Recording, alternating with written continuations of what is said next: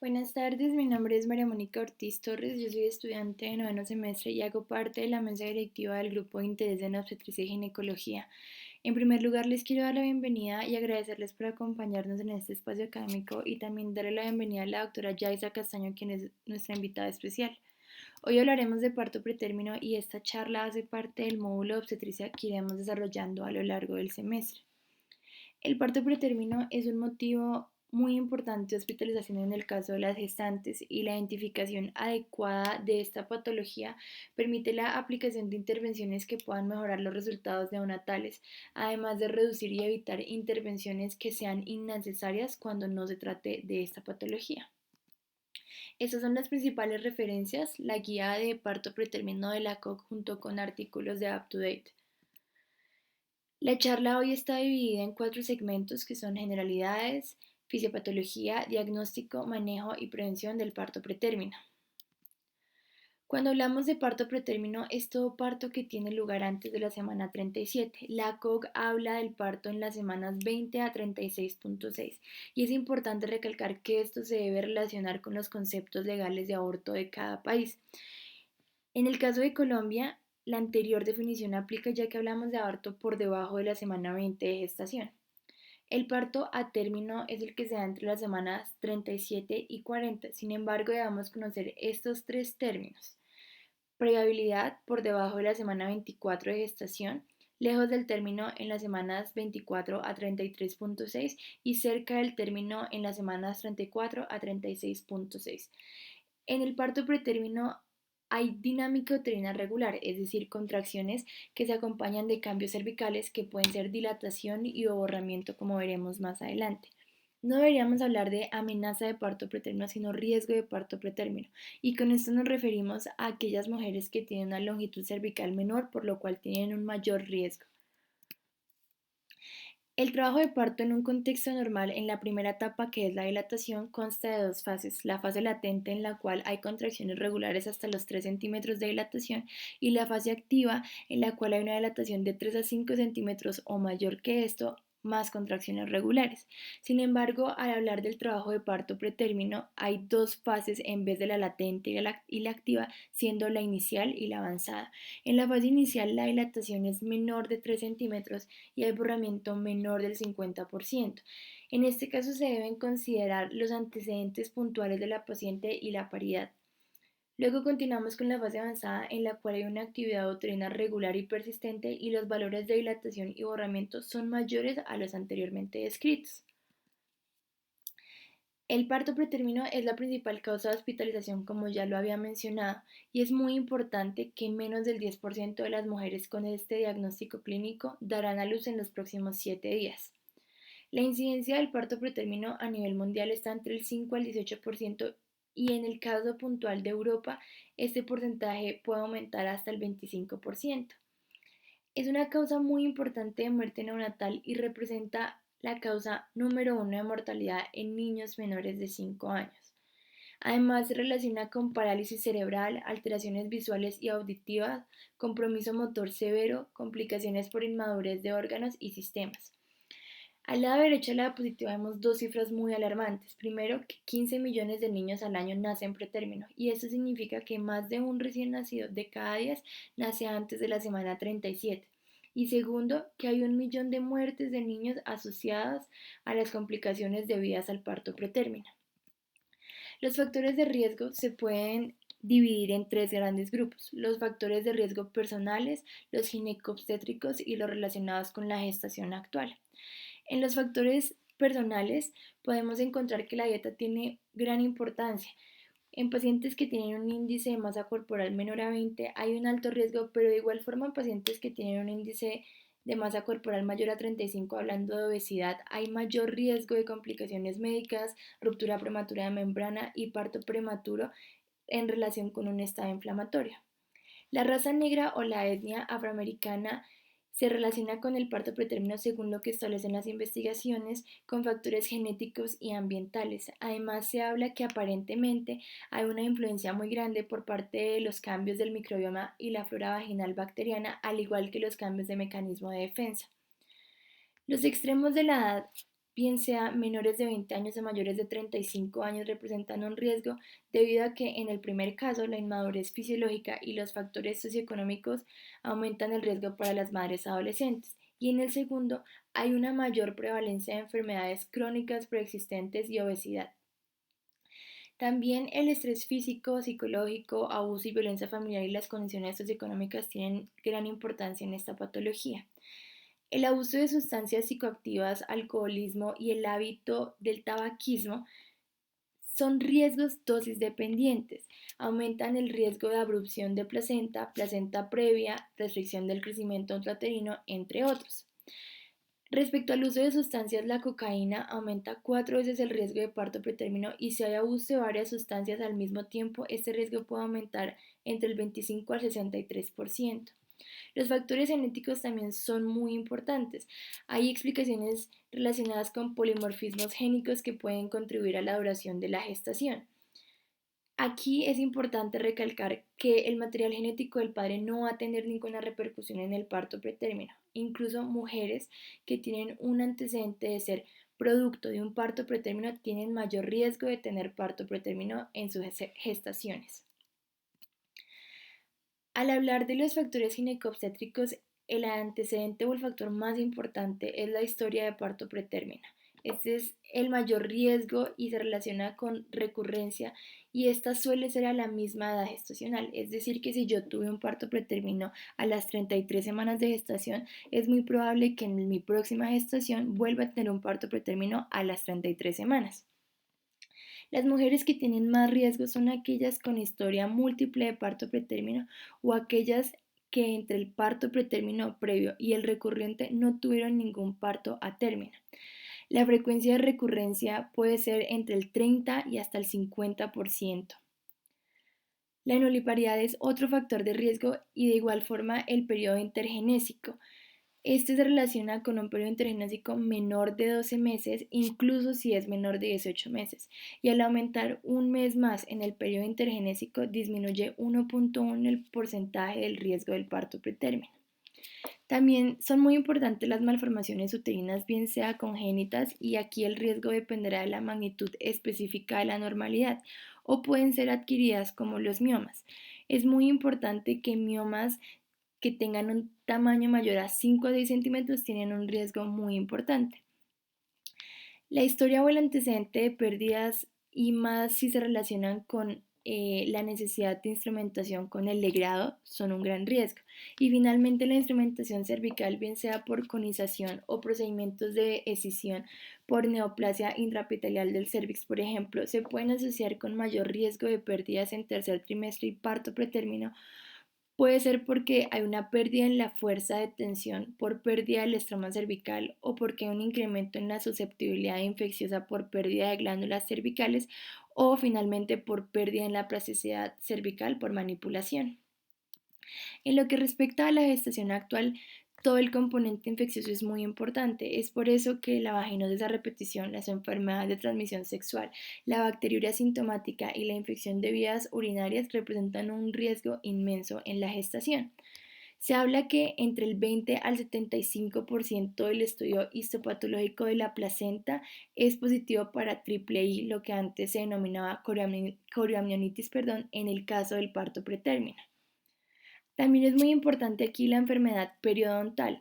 La flora de la boca puede llegar a la unidad fetoplacentaria y causar inflamación local o puede ser que mediadores inflamatorios de origen periodontal pueden causar inflamación sistémica y esto va a afectar el curso normal de la gestación.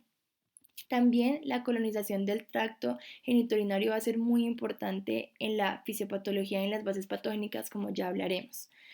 La gestación múltiple y el polidramio se puede relacionar con la distensión o la sobredistensión más bien del útero y estas gestaciones representan cerca del 2 a 3% de todos los nacimientos. Sin embargo, en lo que respecta a los nacimientos antes de la semana 37 son el 17% y los que son antes de la semana 32 representan el 23% de la totalidad. Esto se puede relacionar en primer lugar, como lo había hecho, con la sobredistensión y en segundo lugar con los cambios endocrinos y hormonales que hay, ya que hay un aumento en la producción de estrógeno, progesterona y esteroides que se relacionan con la insuficiencia cervical. También tenemos las anomalías congénitas y la restricción del crecimiento intrauterino, la reproducción asistida, y esta se relaciona bien sea con los factores maternos de base relacionados con la infertilidad o los factores propios del procedimiento de la reproducción asistida. Y finalmente tenemos el sangrado vaginal en el primer trimestre, que también se puede relacionar con un cérvix corto o un cuello dilatado. En cuanto a la fisiopatología, hay muchas cosas que aún no están muy claras y se habla de dos grandes grupos. Primero, 4 bases patogénicas y segundo, un síndrome de parto pretérmino. En lo que respecta a las bases patogénicas, primero se da una activación prematura del eje hipotálamo pituitaria adrenal. Este puede ser tanto materno como fetal. Este aumento en la producción de diferentes hormonas y la liberación de la CRH, que es la hormona liberadora de corticotropina, va a configurar un reloj placentario. La CRH normalmente es liberada por el hipotálamo, pero durante la gestación también es expresada por la placenta, el trofoblasto coriónico, el amnios, el corión y las células deciduales. Esta hormona va a estimular la secreción de la ACTH de la pituitaria, que va a promover la liberación de cortisol por parte de la adrenal. Esto va a establecer un feedback positivo en la producción de prostaglandinas que nos van a llevar a los cambios cervicales. Además de esto, no solamente va a tener esta vía, sino que se va a activar por medio de la adrenal de igual forma la estimulación en la producción de estrógenos mediante la activación de los precursores de andrógenos. Esto va a llevar a los cambios cervicales y a las contracciones, como podemos ver aquí. Además, los receptores miometrales de oxitocina van a aumentar, las uniones del miometrio van a cambiar y diferentes receptores van a cambiar, lo que va a llevar a los cambios cervicales y las contracciones y además la ruptura prematura de membranas. En segundo lugar, tenemos la inflamación e infección. Existe una gran relación en la presencia de patógenos y la flora del tracto genitourinario con el parto pretérmino. Aquí hay una activación de las interleuquinas 1, 6 y 8, las prostaglandinas y las proteasas, específicamente las metaloproteinasas. Hay un aumento en la producción de uteroténicos y por ende van a aumentar las contracciones. Además, las proteasas, como anteriormente lo había dicho, van a producir apoptosis que van a causar cambios cervicales y ruptura prematura de membranas. Es muy importante que la unión de ligandos bacteriales a receptores de los Toll-like receptors en células deciduales de amnios y el corión van a inducir que los leucocitos que residen en este espacio van a empezar una respuesta sistémica ante la infección. Esta respuesta se caracteriza por activación de los neutrófilos y los macrófagos con liberación de interleuquinas 1, 6 y 8 y el factor de necrosis tumoral alfa, además de metaloproteinasas de matriz y el factor estimulante de colonias de granulocitos. Esto va a llevar a un aumento en los uterotónicos y por ende de contracciones y en lo que respecta a las proteasas y a la apoptosis va a haber cambios cervicales y ruptura prematura de membranas. En tercer lugar tenemos la hemorragia decidual. Aquí hay un desprendimiento de la placenta que se origina en los vasos sanguíneos deciduales dañados y se presenta clínicamente como sangrado vaginal o formación de un hematoma retroplacentario. Esto sugiere que hay polimorfismos que predisponen a la vasculopatía decidual, trombosis y desprendimiento que pueden predisponer de igual forma a esta hemorragia y al parto pretérmino. Aquí hay un mayor riesgo de parto pretérmino y ruptura prematura de membranas y se explica porque el cuerpo, con la intención de controlar este sangrado, va a empezar a producir intensamente trombina. Sin embargo, la trombina, que al estar en contacto con las prostaglandinas va a alterar la frecuencia, intensidad y el tono miometral durante las contracciones. Y finalmente, en cuanto a la distensión uterina, esta puede ser patológica y hablamos de esto en los casos de polidramnios y gestación múltiple. Aquí va a haber una alteración en la formación de las uniones GAP, también va a haber una alteración de los receptores de oxitocina, producción de citoquinas inflamatorias y prostaglandinas, y esto va a producir una contracción uterina y diferentes cambios cervicales. Antes de hablar de la fisiopatología del síndrome de parto pretérmino, es importante que recordemos que no solamente hablamos de infección, sino también de inflamación. Hay casos en los que hay mediadores proinflamatorios no relacionados con la infección, como lo que es la hipoperfusión placentaria, que puede aumentar estos mediadores. En lo que respecta al síndrome del parto pretérmino, hay diferentes causas, como las causas genéticas, la isquemia uteroplacentaria, la sobredistensión uterina, la enfermedad cervical, y aquí también es muy importante hablar de la disfunción cervical, en la cual el cuello es incapaz de mantener el embarazo y se va dilatando pasivamente sin mediar contracciones. También tenemos la alteración en la función de la progesterona y más adelante veremos el papel tan importante que ésta tiene en el mantenimiento de la gestación. También los desórdenes endocrinos, las causas desconocidas, las sustancias tóxicas, el caso de incompatibilidad antigénica materno-fetal, y esto se relaciona con un rechazo inmune, y la disfunción miometrial.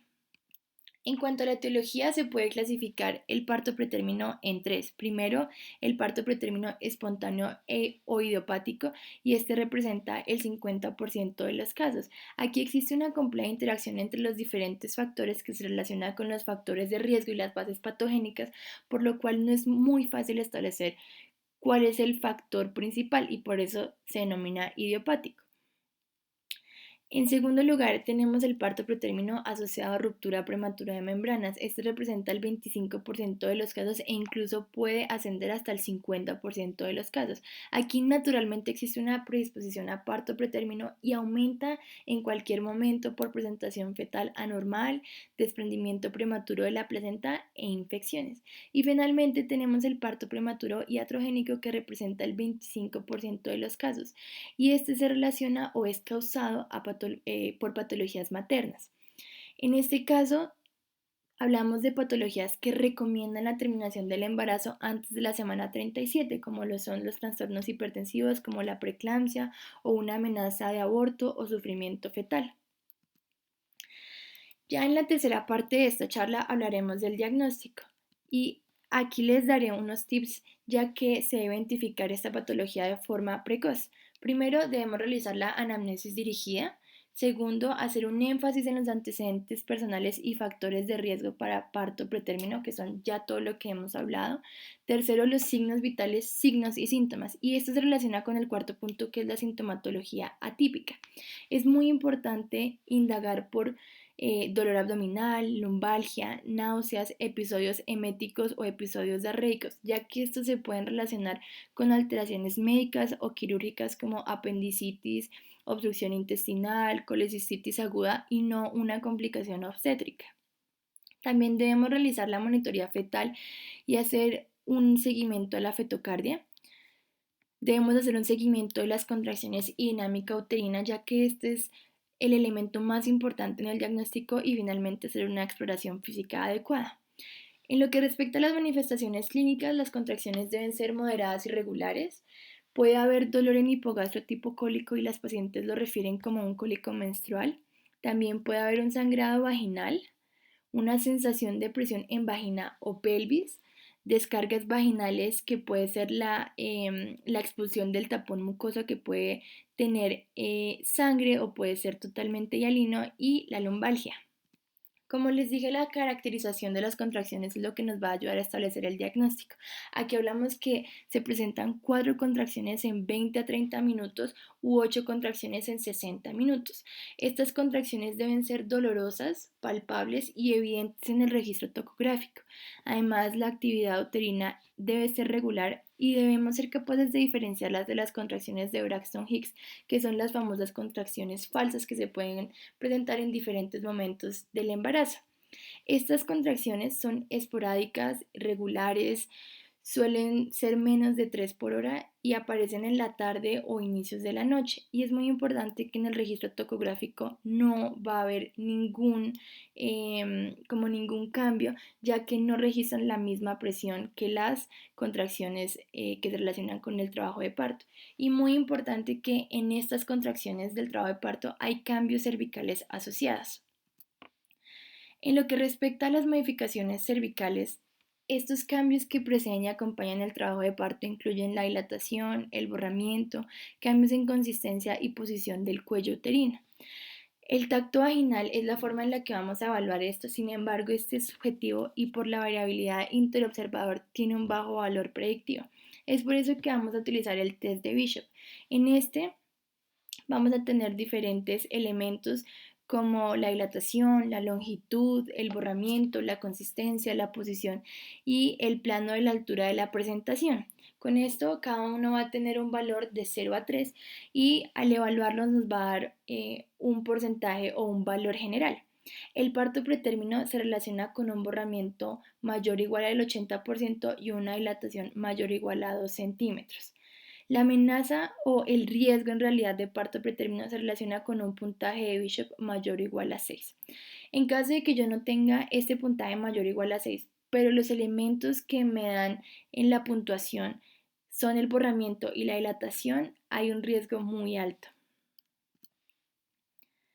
Al hablar de la valoración ecográfica del cérvix, en lo que consiste es que se realiza la medición de la longitud cervical desde el orificio cervical externo al orificio cervical interno. Esta medición es fácil, no es invasiva, es reproducible y además es de bajo costo. Se realiza mediante la ecografía transvaginal. En esta ocasión se hacen dos mediciones, una en reposo y otra funcional con maniobras de Valsalva. Se dice que un cuello uterino es largo cuando mide más de 30 milímetros y este tiene un alto valor predictivo negativo para parto pretérmino. Otras bibliografías hablan que esta medición varía según la edad gestacional. Cuando tenemos una edad hasta la semana 27.6, puede ser de 25 milímetros, entre las semanas 28 a 31.6 de 20 milímetros y después de la semana 32 puede ser de 15 milímetros. Además de ser la cervicometría, podemos evidenciar dos signos. Primero, el signo de Funnell, que es la herniación de las membranas en el canal cervical o también se le dice de embudo, y el signo de Sludge, en el cual hay una demostración de material barroso que es ecogénico en la parte, como vemos acá, en declive de la cavidad amniótica que habitualmente está próximo al cuello uterino. Luego continuamos con una valoración ecográfica obstétrica y esto es muy importante porque brinda información que orienta el manejo y el pronóstico y nos permite establecer una comunicación con la paciente. Nos sirve para ver si hay presencia del feto, para valorar el índice del líquido amniótico y esto es muy importante porque como ya hemos visto se puede relacionar con polidramnios u oligohidramnios. También estimar el peso fetal ya que se relaciona con restricción del crecimiento intrauterino, y además nos permite valorar anormalidades anatómicas, maternas o placentarias. Finalmente continuamos con los complementos y aquí hay dos tipos de complementos, los laboratorios para descartar, por ejemplo, infecciones o enfermedades de transmisión sexual. En este caso hablamos de un cultivo rectovaginal para estreptococo del grupo B, un uroanálisis de urocultivo, hemograma, PCR, test de drogas en orina o sangre y estudios para ETS se aplica. En lo que respecta a marcadores bioquímicos, el único que está en realidad avalado por la COC es la fibronectina fetal. La fibronectina es una glucoproteína formada por las membranas fetales que se detecta fisiológicamente hasta la semana 20 en cervix y en vagina y probablemente sirve como un anclaje de la placenta y corioamnios con la decidua. Cuando hay una disrupción coriodecidual o en esta unidad, la fibronectina fetal va a presentarse o va a ser evidente en las secreciones cervicovaginales y por eso es útil para diferenciar a aquellas pacientes que están en un trabajo de parto falso de las que en realidad tienen riesgo de parto pretérmino o ya tienen un diagnóstico de parto pretérmino. Esta tiene una valoración cuantitativa y cualitativa. Cuando hablamos de la valoración cuantitativa, este es positivo cuando es mayor de 50 nanogramos por mililitros y si es negativo, hay un riesgo menor del 1% de tener un trabajo de parto pretérmino en las próximas 2 semanas. Hay otros marcadores bioquímicos como la IGFBP1, que es una proteína de las células deciduales maternas, o la alfa microglobulina 1 placentaria, o el estudio de BNP en líquido amniótico. Sin embargo, estos no tienen validación aún por las entidades de ginecología y obstetricia internacionales. En cuanto al diagnóstico, tenemos estos criterios. El principal es el número 1, en el cual tenemos contracciones uterinas que son más de 4 en 20 minutos u 8 o más en 60 minutos. Y este criterio debe estar acompañado de una dilatación cervical mayor o igual a 3 centímetros o una longitud cervical menor de 20 milímetros en la ecografía transvaginal o una longitud cervical entre 20 y 29 milímetros en la ECO-TV teniendo una fibronectina fetal positiva. En cuanto a la estratificación de riesgo, no existe de forma global un puntaje o una escala que nos establezca qué pacientes son de bajo riesgo o de alto riesgo, y esto se relaciona con el componente epidemiológico y con lo poco que se sabe o con lo poco que se ha esclarecido sobre la fisiopatología y las bases patogénicas. Es por eso que se han creado diferentes criterios en base a las poblaciones, y lo que vemos aquí son criterios en relación con la población en América Latina. Hablamos que una paciente tiene bajo riesgo cuando tiene un índice de masa corporal menor a 20 u obesidad materna, cuando hay vaginosis bacteriana durante la gestación, miomatosis uterina submucosa, un periodo intergenésico menor a 18 meses, un embarazo con técnica de reproducción asistida, una enfermedad periodontal, sangrado vaginal en el segundo trimestre o tabaquismo. Y alto riesgo se relaciona con el antecedente de parto pretérmino, una gestación gemelar o múltiple, ya que se relaciona con un cuello más corto, polidrapnios, antecedentes de pérdidas o parto pretérmino menor a 34 semanas, defectos mullerianos, un Bishop mayor o igual a 6, pacientes que son portadoras de cerclaje cervical y criterios ecográficos que se relacionan de acuerdo a la edad gestacional. Aquí les presento un caso clínico. Liliana Córdoba es una paciente de 27 años, G2P1C1A0, que tiene un antecedente de cesárea por parto pretérmino en la semana 34. Llega a consulta con 31.6 semanas de gestación y tiene un antecedente de 6 controles prenatales. El motivo de consulta es porque durante las 2 horas pasadas, las últimas 2 horas, ha tenido contracciones muy seguidas. Los signos vitales, como vemos, están normales. Ahí importante que en la escala visual análoga registra 7/10, y en la parte derecha de la diapositiva vemos los antecedentes. En 2014 tuvo un antecedente de parto pretérmino la semana 34, una cesárea por sufrimiento fetal. En el 2017 tuvo una miomectomía sin complicaciones, en el 2018 estuvo planificando con DIU, y en el 2020, en la cual hablamos de la gestación actual, ha tenido 2 episodios de vaginosis bacteriana, una IVU con urocultivos de control negativo y un cultivo rectovaginal negativo. Simplemente con esto tenemos mucha información y factores de riesgo como el antecedente del parto pretérmino, las malformaciones uterinas adquiridas, y en realidad todo lo de la gestación actual es un factor de riesgo. En este caso, en la enfermedad actual hablamos de un cuadro de 2 horas de evolución consistente en actividad uterina regular de intensidad moderada con frecuencia de 4 contracciones en 25 minutos, asociado a pérdidas vaginales y sensación opresiva en vagina. Niega otra sintomatología. Al examen físico vemos una dinámica uterina que es palpable y regular, presencia de movimientos fetales y una fetocardia fetal, y una frecuencia cardíaca fetal de 145 latidos por minuto. Además, el feto está cefálico, dorso izquierdo, y está encajado. En el lado derecho de la diapositiva vemos la evaluación del tacto vaginal y lo que podemos esclarecer sobre el Bishop, sobre el puntaje de Bishop. Tiene una dilatación de 3 centímetros, un borramiento del 60%, y el cuello está en una posición media con una consistencia blanda. Esto nos da un Bishop de 7. Además, en el tacto vaginal hay presencia de sangrado leve rojo rutilante. En cuanto a la cervicometría por ecografía transvaginal, el cervix mide 18 milímetros sin otros hallazgos, y en la eco transabdominal tenemos un ILA de 15.3 y una fetocardia de 149 latidos por minuto. Además, tenemos una fibronectina positiva, y como les había dicho antes, simplemente por los factores de riesgo tenemos que ser una paciente de alto riesgo. Y finalmente hablaremos del manejo y la prevención del parto pretérmino. Aquí tenemos 4 pilares que son la terapia tocolítica, la maduración pulmonar, la neuroprotección y la antibiótico terapia. En primer lugar, se debe establecer qué pacientes son candidatas para la intervención. El 30% del trabajo de parto pretérmino resuelve espontáneamente y el 50% de pacientes que son hospitalizadas dan a luz a término. Es por ello que las intervenciones para reducir la probabilidad de parto se deben reservar para mujeres con trabajo de parto pretérmino en edad gestacional en la que un retraso en realidad proporcionaría beneficios al recién nacido. Y el manejo, como les decía, tiene 4 pilares. En primer lugar, la terapia tocolítica. En esta utilizamos fármacos que producen la inhibición de las contracciones uterinas. Esta es efectiva hasta 48 horas y el límite superior del uso es la semana 34. No están indicados antes de la viabilidad neonatal, es decir, antes de la semana 24.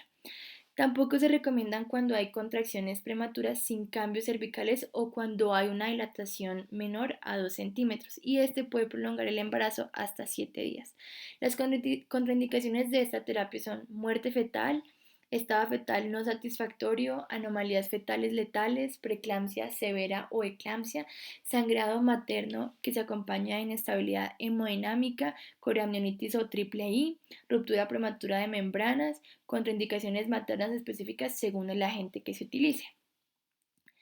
En este caso tenemos diferentes fármacos disponibles. Unos de ellos son los inhibidores de la síntesis de prostaglandina y aquí tenemos la indometacina. Esta no es muy utilizada ya que puede tener complicaciones fetales como la restricción del conducto arterioso y la oliguria fetal.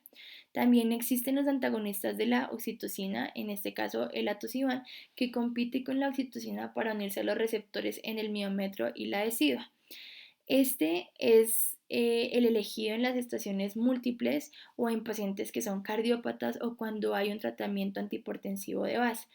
Este puede causar dolor torácico y no se encuentra en todas las instituciones en Colombia, ya que es bastante caro. Y finalmente tenemos a los inhibidores de los canales de calcio, que son la primera línea de manejo. Aquí utilizamos el nifedipino a una dosis de 10 miligramos intravenoso cada 20 minutos por 1 hora y lo continuamos a 10 miligramos cada 6 horas por 48 horas. Es importante que este puede causar cefalea e hipotensión materna y está contraindicado en disfunción renal, hepática o cardíaca. El segundo pilar es la maduración pulmonar. En este utilizamos corticosteroides en pacientes entre las semanas 24 a 34 de gestación que tienen riesgo de parto pretérmino en los próximos 7 días. ¿Esto por qué? Porque los recién nacidos que nacen pretérmino tienen un déficit en la producción de surfactante pulmonar, lo que los predispone al colapso e interferencia en la próxima inspiración que puede producir hipoxemia, dificultad respiratoria y muerte. Esta es la medida que mayor repercusión beneficiosa tiene en los neonatos y disminuye la mortalidad. Está indicada en los embarazos únicos y múltiples y los que tienen ruptura prematura de membrana. Este disminuye el riesgo del síndrome de dificultad respiratoria neonatal, la hemorragia intracraneal, que es muy importante, y la enterocolitis necrotizante. No se debe usar si hay sospecha de triple I y también es muy importante que se debe administrar la primera dosis, incluso si la administración de una segunda dosis es poco probable. En cuanto a una dosis de refuerzo, este es un tema muy controversial. No hay suficiente evidencia para establecer recomendaciones a favor o en contra, pero en este caso hablamos de pacientes con menos de 34 semanas de gestación que tienen riesgo de parto pretérmino en los próximos 7 días y en quienes la primera dosis de maduración fue administrada hace más de 14 días, por lo que se podría dar una dosis de refuerzo. Sin embargo, como les digo, no hay suficiente evidencia para establecer una recomendación. En este caso, los medicamentos de elección o de los que disponemos son los corticosteroides fluorados. Estos cruzan la placenta en su forma activa, tienen una actividad biológica casi idéntica y además carecen de actividad mineralocorticoide. Su actividad inmunosupresora es débil con el uso a corto plazo, por lo que no representan un riesgo. Aquí existen dos medicamentos, principalmente se usa la betametasona, 2 dosis de 12 miligramos cada 24 horas, es decir, 12 miligramos día por 48 horas, y esto va a disminuir el síndrome de dificultad respiratoria neonatal. También existe el uso de la dexametasona, que se utiliza 6 miligramos cada 12 horas por 48 horas. Luego continuamos con el tercer pilar, que es la neuroprotección. Aquí esta terapia reduce la aparición y severidad de parálisis cerebral, además de disminuir la mortalidad. Se debe administrar antes de la semana 34 de gestación y tiene un uso a corto plazo que son 48 horas. La forma en la que esto protege el cerebro es disminuyendo el metabolismo cerebral y el medicamento que utilizamos es el sulfato de magnesio, 4 gramos intravenoso en 30 minutos y continuamos 1 gramo intravenoso hasta completar 24 horas. Es muy importante que al utilizar este medicamento se requiere una monitorización y seguimiento muy estricto del gasto urinario, de la frecuencia respiratoria y los reflejos musculotendinosos de la gestante. Y finalmente, el cuarto pilar es la terapia antibiótica.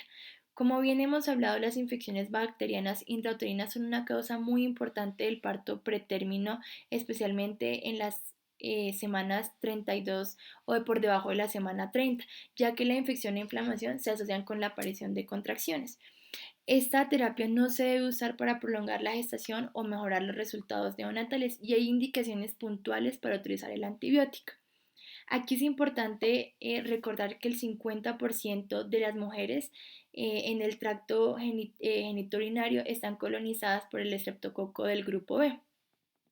Esta es un gran positivo facultativo, este organismo, y es muy importante porque se relaciona con sepsis neonatal. Aquí las indicaciones que tenemos son un recién nacido previo con infección por estreptococo del grupo B, un cultivo positivo a menos de que se haya programado una cesárea previo al inicio del trabajo de parto o a la ruptura prematura o a la ruptura de membranas, perdón. También que haya una bacteriura por estreptococo del grupo B en cualquier trimestre. Y al hablar de las indicaciones intraparto tenemos estas: el desconocimiento del cultivo en el momento del parto y una de las siguientes. Primero, trabajo de parto antes de la semana 37 de gestación, una ruptura de membranas prolongada o mayor a 18 horas y una temperatura materna mayor a 38 grados. También se puede hacer el estudio intraparto y si este es positivo se administra la terapia antibiótica. Y también si el resultado intraparto es negativo, pero tenemos factores de riesgo, que serían estos mismos tres: trabajo de parto antes de la semana 37, la ruptura prematura, la ruptura prolongada de membranas, perdón, y la temperatura materna, también se puede iniciar la terapia. Aquí los antibióticos que se utilizan son principalmente, pues la primera línea es la penicilina G, una carga de 5 millones de unidades internacionales y se continúa a 2.5 a 3 millones unidades internacionales intravenosas cada 4 horas hasta el momento del parto. Aquí en general se habla de 4 horas hasta el momento del parto, sin embargo, si se utiliza o si hay un tiempo de 2 horas antes del parto, igual existe eficacia. Y es muy importante que no se debe retrasar el parto por cumplir estas 4 horas. También tenemos la ampicilina, que se utiliza 2 gramos IV de carga y se continúa 1 gramo intravenoso cada 4 horas hasta el parto. Y en el caso de las mujeres que son alérgicas a la penicilina, si tienen o si son de bajo riesgo, se utiliza cefazolina 2 gramos intravenosa y continuamos 1 gramo IV cada 8 horas hasta el momento del parto. Si tenemos mujeres que son de alto riesgo y sabemos que el estreptococo es sensible a clindamicina, se utiliza esta 900 miligramos IV cada 8 horas hasta el parto. Y si no, hablamos de vancomicina 20 miligramos por kilo cada 8 horas con una dosis máxima de 2 gramos y un tiempo mínimo de infusión de 1 hora, siendo 500 miligramos en 30 minutos. Aquí es muy importante que en el manejo debemos primero considerar la edad gestacional, si es menor de 34 o si es mayor de 34 semanas. Si es menor de 34 semanas y son mujeres admitidas en trabajo de parto porque tienen dilatación mayor o igual a 3 centímetros, ya tenemos el diagnóstico, por lo cual iniciamos tratamiento completo y no requieren otros estudios. Sin embargo, si tiene esta edad gestacional menor de 34 semanas y tiene una dilatación menor de 3 centímetros más membranas íntegras, se debe realizar fibronectina o cervicometría. Pero si es mayor de 34 semanas, debemos observar 3 cosas principalmente: si hay cambios cervicales o si estos han progresado, cómo es el estado fetal, si hay bienestar, y tercero, si hay complicaciones obstétricas. En este caso, si no tenemos ninguna de estas, se da reposo y buena hidratación, se dan signos de alarma y motivos de reconsulta y se realiza el seguimiento en 1 o 2 semanas, haciendo seguimiento por parte de la paciente de las contracciones. Aquí tenemos un algoritmo sobre el manejo. Entonces tenemos una paciente sintomática con membranas íntegras, bienestar fetal y materno. Si es menor de 34 semanas y tiene dilatación mayor de 3 centímetros, como ya vimos, cumple criterios diagnósticos. Sin embargo, si la dilatación es menor de 3 centímetros, primero debemos realizar una valoración de la longitud cervical. Y con la cervicometría vamos a tomar decisiones. Si es menor de 20 milímetros, ya tenemos el diagnóstico, por lo que iniciamos tratamiento.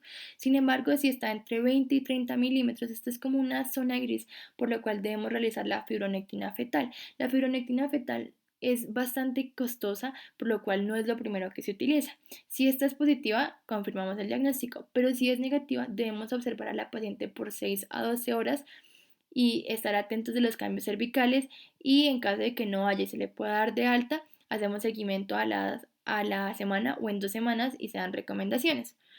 Pero si la cervicometría tiene una longitud mayor a 30 milímetros, observamos 4 a 6 horas, y si hacemos el checklist de estas tres cosas que les había mencionado anteriormente, podemos darle de alta. Y finalmente, si tenemos una paciente sintomática con membranas íntegras y bienestar fetal y materno y es mayor o igual a 34 semanas, se debe definir el progreso basado en los cambios cervicales y no se establece tratamiento.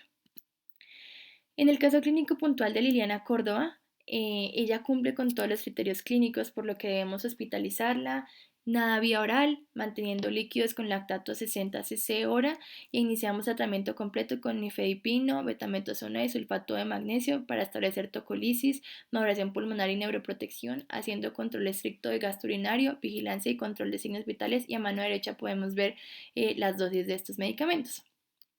Y finalmente, para hablar de la prevención tenemos 4 elementos importantes: el seguimiento obstétrico y el control prenatal, la profilaxis con progesterona, el uso de presario vaginal y el cerclaje cervical. En lo que es la profilaxis de progesterona, esta es muy importante en el mantenimiento del embarazo, como ya les explicaré, y reduce en un 44-50% el riesgo de un nuevo parto pretérmino. Además, disminuye hemorragias intracraneales y más no la mortalidad perinatal, y ya les hablaré de los esquemas. En segundo lugar está el uso del pesario. Este pesario es un anillo de plástico que se ubica en el cuello y puede cambiar la inclinación del canal cervical.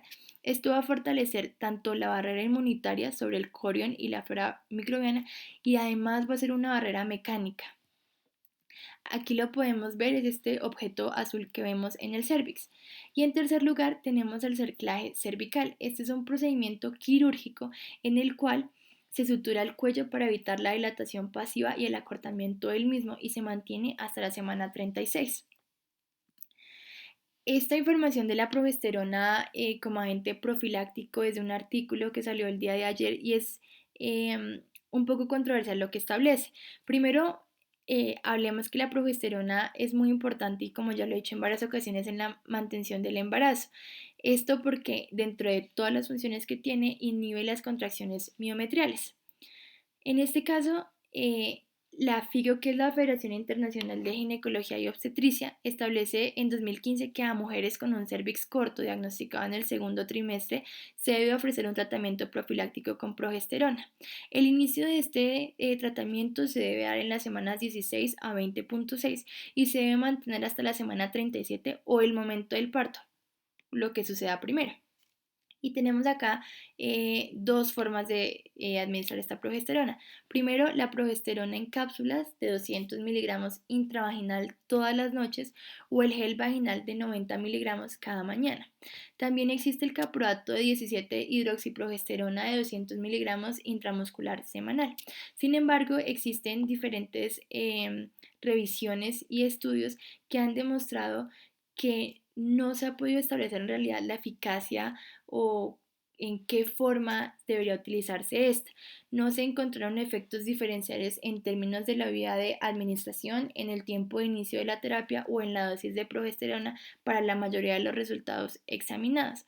Es por eso que no existen datos que nos puedan establecer una recomendación a favor o en contra, sino que pueden ser un poco más contradictorios sobre la eficacia de la progesterona para la prevención del parto pretérmino, por lo que se ha decidido y se ha encargado un metaanálisis que sea prospectivo, independiente y que sea integral de calidad y que sea individual para valorar la eficacia de este medicamento.